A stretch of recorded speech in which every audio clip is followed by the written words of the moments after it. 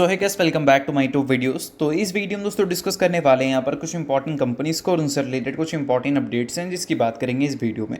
तो चलिए दोस्तों वीडियो की शुरुआत करते हैं। सबसे पहली कंपनी को डिस्कस करते हैं। पहली कंपनी का नाम है टाटा टेक्नोलॉजीज लिमिटेड।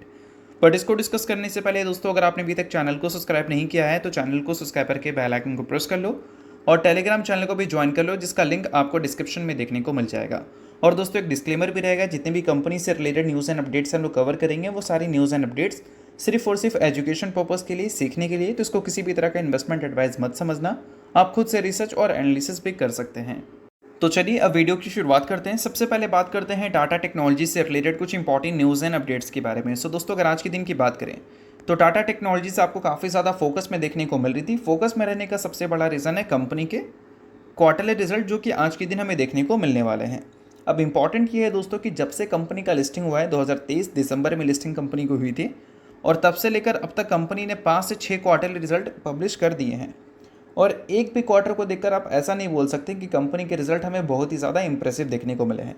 तो आज के दिन जब तक ये वीडियो रिकॉर्ड हो रहा है तब तक कंपनी ने अभी तक रिजल्ट पब्लिश किए नहीं है, बट आज के दिन जो रिजल्ट हमें देखने को मिलने वाले हैं उसमें क्या ऐसी चीज़ें हैं जो कि आपके लिए इंपॉर्टेंट रह सकता है वो हम लोग इस वीडियो में डिस्कस करेंगे। साथ में ये भी जानने की कोशिश करेंगे कि मार्केट की एक्सपेक्टेशंस क्या हैं कंपनी के इस Q1 को लेकर। अब देखो दोस्तों, जैसा कि मैंने बताया कि 5 से 6 क्वार्टरली रिजल्ट कंपनी ने दिखा दिया है, बट एक भी क्वार्टर कंपनी का ऐसा नहीं रहा है कि वो देखकर हम बोल सकें कि बहुत अच्छे नंबर्स हमें देखने को मिले हैं। चाहे हम रेवेन्यू के हिसाब से देखें, मार्जिन्स के हिसाब से देखें या फिर कंपनी के प्रॉफिट आफ्टर टैक्स के हिसाब से देखें। अब दोस्तों ऐसा क्यों? क्योंकि अगर हम बात करें, जब हम इनके पीयर्स को देखते हैं तो इसमें आपको LTTS का नाम देखने को मिलता है, Tata technology, FL India, KPIT technology, Tata Elxsi, ये सारी कंपनी इनके पीयर से मेनली बोल सकते हैं हम। अब इनके जो वैल्यूएशंस थे और टाटा टेक्नोलॉजी के जो वैल्यूएशंस थे उसमें एक डिफरेंस हमें देखने को मिल रहा था। सिर्फ एक ही कंपनी के वैल्यूएशन टाटा टेक्नोलॉजी के कंपैरिजन में ज़्यादा थे और उसका नाम था KPIT टेक्नोलॉजी, जिसके नंबर भी हमें काफ़ी इंप्रेसिव दिखते थे, इस वजह से उसके वैल्यूएशन सस्टेन भी रहते थे। बट टाटा टेक्नोलॉजी की बात करें तो ये टाटा ग्रुप की कंपनी है। इसका IPO देखने को मिला था तो हाइप काफ़ी ज़्यादा बना था। हाइप बनता है तो वैल्यूएशन बढ़ता है और 80 के पी पे ये कंपनी लिस्ट हुई थी। अगर हम KPIT से कंपेयर ना कर बाकी इस कंपनी से कंपैरिजन करें तो ये कंपनी का वैल्यूएशन सबसे महंगा था। बट जब ग्रोथ की बात करते हैं, जब IPO आया था तो उस टाइम भी हमने डिस्कस किया था कि ग्रोथ के पैरामीटर पर अगर हम देखें तो ये कंपनी का ग्रोथ रेट KPIT, LTTS या फिर टाटा एलेक्सी जैसा हमें देखने को नहीं मिलता है, या फिर परसिस्टेंस जैसा भी देखने को नहीं मिलता है। तो काफ़ी कम चांसेस हैं कि ये वैल्यूएशन आपको सस्टेन होता हुआ देखने को मिल जाए 80 का पी।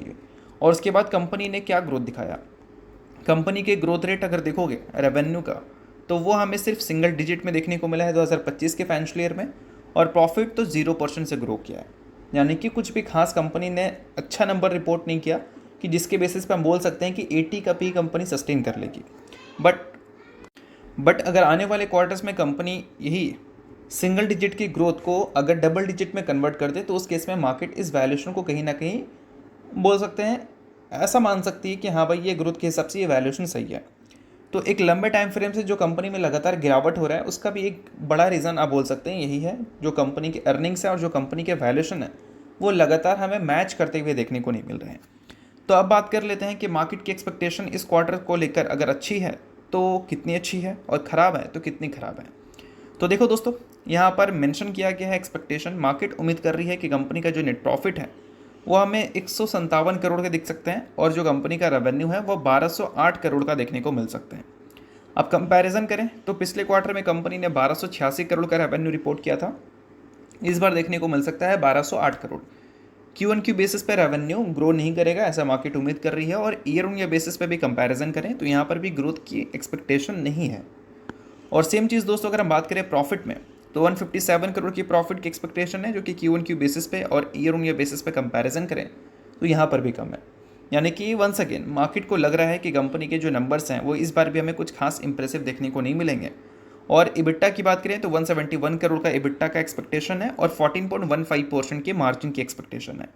और मार्जिन्स की बात करें तो इस बार जो हमें मार्जिन देखने को मिला था Q4 में वो 18% था, इस बार गिरकर लगभग 14.5% के आसपास आएगा ऐसा मार्केट उम्मीद कर रही है। मतलब उम्मीद ये है कि हर पैरामीटर पे रेवेन्यू, प्रॉफिट, EBITDA, मार्जिन, सब पैरामीटर पे कंपनी के जो नंबर्स हैं वो Q1Q और ईयर ऑन ईयर बेसिस पे गिर कर देखने को मिल सकते हैं, ये मार्केट उम्मीद कर रही है।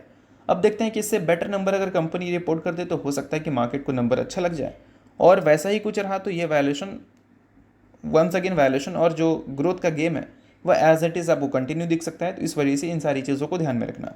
बाकी मैं कोई रिकमेंडेशन आपको नहीं दे रहा हूँ, सभी चीज़ें मैंने आपको एनालिसिस करके बताया है सीखने के लिए, इसको रिकमेंडेशन मत समझना। तो अब दोस्तों वीडियो में आगे बढ़ने से पहले बात कर लेते हैं एक टेलीग्राम चैनल के बारे में, जो कि सेबी रजिस्टर्ड टेलीग्राम चैनल है जिसका नाम है ट्रेडर पाजी।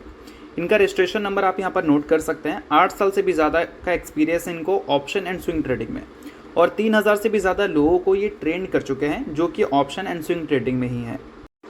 तो इनके टेलीग्राम चैनल का लिंक आपको डिस्क्रिप्शन में देखने को मिलेगा, जिसको चाहो तो आप ज्वाइन कर सकते हो। अब ज्वाइन करने का सबसे बड़ा बेनिफिट क्या है? तो सबसे बड़ा बेनिफिट ये है कि सेबी रजिस्टर्ड टेलीग्राम चैनल है। तो सेबी रजिस्टर्ड रिसर्च एनालिस्ट के द्वारा जितने भी रिसर्च होते हैं कंपनी से रिलेटेड, वो आपको यहाँ पर बिल्कुल फ्री ऑफ कॉस्ट देखने को मिलते हैं। काफ़ी सारी कंपनी के चार्ट्स को अच्छी तरह से रिसर्च कर आपको अपडेट होता हुआ देखने को मिलेगा यहाँ पर बिल्कुल फ्री ऑफ कॉस्ट। और इनके साथ आपको काफ़ी सारे कॉल्स वगैरह भी देखने को मिलते हैं जो कि बिल्कुल फ्री ऑफ कॉस्ट रहता है। तो ये सारी चीज़ों का अगर आप बेनिफिट लेना चाहते हैं तो लिंक आपको डिस्क्रिप्शन में दिख जाएगा, लिंक के थ्रू जाकर चैनल को ज्वाइन कर लो। तो चलिए दोस्तों बात करते हैं अगली कंपनी के बारे में। सो अगली कंपनी ने रिसेंटली स्प्लिट की अनाउंसमेंट की थी, जो कि था 1:10 के रेशो में, यानी कि 1 के बदले कंपनी ने 10 इक्विटी शेयर देने का फैसला किया था स्प्लिट के तौर पर। अगर किसी के पास 1000 शेयर है तो उसको 10,000 शेयर मिलेंगे, 100 शेयर है तो बदले में 1000 शेयर्स मिलेंगे। अब ये कंपनी का नाम क्या है भाई? तो नाम दोस्तों आपको देखने को मिल जाएगा यहाँ पर इंडो थाई सिक्योरिटीज़ लिमिटेड, और इसके जो रिकॉर्ड डेट है स्प्लिट के वो भी आपको देखने को मिल जाएगा 18 जुलाई का, यानी कि इस डेट से पहले जो भी शेयर होल्डर रहते हैं वो कंपनी में स्प्लिट के लिए एलिजिबल रहेंगे। सो अगर आप शेयर होल्डर हैं तो इस चीज़ को नोट कर सकते हैं, शेयर होल्डर नहीं है इग्नोर कर सकते हैं, न्यूज़ थी इस वजह से मैंने बता दिया, बाकी कोई भी रिकमेंडेशन नहीं है। तो चलिए दोस्तों अब बात करते हैं अगली कंपनी के बारे में। इसका नाम है वरुण बेवरेजेस लिमिटेड, यानी कि वीबीएल। अब दोस्तों अगर हम वीबीएल की बात करें तो पिछले कुछ टाइम में वीबीएल की परफॉर्मेंस नो डाउट काफ़ी डिसअपॉइंटिंग रही है। 52 वीक हाई से गिरावट कितना करीब हमें 32-32.5% के आसपास की देखने को मिली है। और इस पीरियड में अगर कंपनी के वैल्यूएशंस की बात करें तो एक टाइम पे कंपनी 100 की पी पे देखने को मिलती थी, और अभी के टाइम पे 60 से भी नीचे की पी पे आपको देखने को मिल रही है। इनफैक्ट इसका पिछले 5 साल का जो मीडियन पी है वो 66.5 का है, और इसका करंट पी उससे भी नीचे है। तो वैल्यूएशंस इतना ज़्यादा क्यों टूट रहा है? कंपनी के नंबर्स हमें ख़राब देखने को मिले हैं? नहीं। तो फिर वैल्यूएशंस क्यों टूट रहे हैं? तो देखो वैल्यूएशन टूटने का सबसे बड़ा रीज़न अगर देखा जाए तो वो ये कंपनी है कैंपा कोला। और कैंपा कोला की तरफ से रिसेंटली एक अनाउंसमेंट हमें सुनने को मिली। कैंपा कोला या फिर आप रिलायंस बोल सकते हो कि 8,000 करोड़ रुपए तक वो इन्वेस्ट करने वाले हैं अगले 1.5 साल के लिए। अगले 1.5 साल में जो इन्वेस्ट वो 8,000 करोड़ रुपए करेंगे, वो क्यों करेंगे भाई? क्योंकि उनको काफ़ी सारे बोल सकते हैं फैसिलिटी सेटअप करनी है, अपने प्रोडक्शंस को इंक्रीज़ करनी है। तो इन सारी चीज़ों की वजह से एक चीज़ तो क्लियर हो गया कि कॉम्पिटिशन्स यहाँ पर बढ़ता हुआ दिख रहा है, और कॉम्पिटिशन जब बढ़ता है तो उस केस में क्या है कि जो एग्जिस्टिंग प्लेयर्स हैं उनके मार्केट शेयर ट्रिम होने का खतरा रहता है, और इसी वजह से मार्केट को लगता है कि अभी कंपनी के नंबर ठीक है बट आने वाले कल में कंपनी के नंबर्स वीक हो सकते हैं, स्लो हो सकते हैं। इस वजह से कंपनी पहले वाले वैल्यूएशंस पर आपको सस्टेन करती हुई दिखने को नहीं मिल रही है। तो वैल्यूएशन का खेल ऐसा ही होता है कि ग्रोथ आप जो रिपोर्ट करोगे उसकी बेसिस पे मार्केट आपको वैल्यूएशन देती है।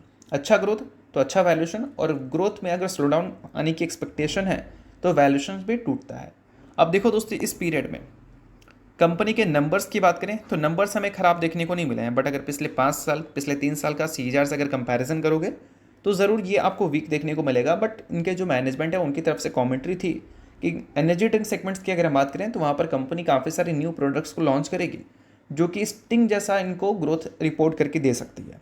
अभी तक तो कंपनी ने वैसा कुछ अनाउंसमेंट किया नहीं है कि ये प्रोडक्ट कंपनी ला रही है या फिर वो ला रही है, बट ठीक है देखते हैं कि आगे चलकर वो सारी चीज़ें हमें देखने को मिलती है नहीं। और साथ में बात करें Q1 के पीरियड के बारे में, तो इस पीरियड में कुछ स्टेट्स में काफ़ी अनसेटल हमें वेदर देखने को मिले हैं। कुछ स्टेट में तो काफ़ी भयंकर गर्मी रही है, तो कुछ स्टेट में गर्मी ही देखने को नहीं मिली है उतना जितना पहले हमें देखने को मिलता था। और मानसून की बात करें तो वो भी काफ़ी सारे स्टेट में टाइम से पहले आ चुका है। तो इस वजह से हो सकता है कि Q1 के जो नंबर्स है उसमें इम्पैक्ट हमें देखने को मिले। इम्पैक्ट क्या मतलब कंपनी का बेस्ट फाइनेंशियल ईयर तो रहेगा, ये तो पूरी तरह से कन्फर्म मानकर हम चल ही सकते हैं। But year on year basis पे अगर ग्रोथ की बात करें तो हो सकता है कि जो पहले कंपनी ग्रोथ दिखाती थी 20-25-30% वाली, वो कंपनी में भी हमें देखने को ना मिले। बट अगर देखने को मिल गया तो मार्केट सरप्राइज होगी, जिस किस्म में वैल्यूएशन में कुछ रिकवरी भी आ सकती है। अब इन सारी चीज़ों के बाद अगर बात करें इन कंपनी के शेयर होल्डिंग पैटर्न के बारे में, तो शेयर होल्डिंग पैटर्न Q1 का अपडेट हो चुका है, जहाँ पर प्रोमोटर के स्टेक स्लाइटली नीचे गए हैं। शॉकिंग बात नहीं है, क्योंकि ई शॉप्स के जरिए कंपनी के प्रोमोटर के स्टेक हमेशा लगातार नीचे जाते हुए दिखे हमें एक लंबे पीरियड में भी। और दोस्तों अगर FIS की बात करें तो एफआईएस ने अपने स्टेक को कम किया है, डीआईएस ने अपने स्टेक को स्लाइटली इंक्रीज़ किया है, पिछले क्वार्टर में भी इंक्रीज़ किया था, इस क्वार्टर में भी किया है। और पब्लिक स्टेक भी स्लाइटली हमें पिछले क्वार्टर में भी बढ़ते हुए देखने को मिले थे और इस क्वार्टर में भी बढ़ते हुए देखने को मिल रहे हैं। तो ये सारी कुछ चीज़ें हैं जो कि वीबल से रिलेटेड हमें देखने को मिल रही हैं। बाकी कंपनी के जो नंबर्स आएंगे उसके बाद हमें और भी काफ़ी सारी चीज़ें आती हुई देखने को मिलेंगी, जो कि और भी काफ़ी चीज़ें क्लियर करती हुई नजर आएंगी कि आगे चलकर वीबल का ग्रोथ रेट हमें कैसा देखने को मिल सकता है। तो चलिए इसके अलावा बात करते हैं अगली कंपनी के बारे में, जिसका नाम है वारी एनर्जीज लिमिटेड। अब दोस्तों आज की बात करें तो वारी एनर्जीज काफ़ी इंप्रेसिव परफॉर्मेंस आपको रिपोर्ट करती हुई दिख रही थी। रीज़न देखा जाए तो आज के दिन कोई कंपनी से रिलेटेड न्यूज़ तो हमें सुनने को मिली नहीं है, बट कंपनी का जो बिजनेस है उसके ग्रोथ को लेकर मार्केट की एक्सपेक्टेशन थोड़ी सी अच्छी है, ऐसा हम बोल सकते हैं। अब आप सभी को पता है कि इंडिया में ये कंपनी के पास एक अच्छा मार्केट है, एक्सपोर्ट मार्केट में भी कंपनी के पास एक अच्छा मार्केट शेयर है, और अमेरिका में जो कंपनी का प्रेजेंस है वो इंडिया की बाकी कंपनीज के कंपैरिजन में काफ़ी बेटर है। और अमेरिका के मार्केट से कंपनी को काफ़ी सारी न्यू ऑर्डर्स भी मिलते हुए देखने को मिले हैं। उनकी एक सब्सिडरी है वारी सोलर अमेरिकास, उनका भी रिसेंटली 540 मेगावाट के आसपास का सोलर मॉड्यूल सप्लाई ऑर्डर मिला था, और इससे पहले भी हमें 270 मेगावाट के आसपास की मॉड्यूल सप्लाई की न्यूज़ सुनने को मिल रही थी। तो बोल सकते हैं कि पिछले कुछ टाइम में मल्टीपल अमेरिका से ऑर्डर्स कंपनी को मिले हैं। इस वजह से ही अल्टीमेटली क्या है कि बिजनेस में एक ग्रोथ की एक्सपेक्टेशन जग गई है।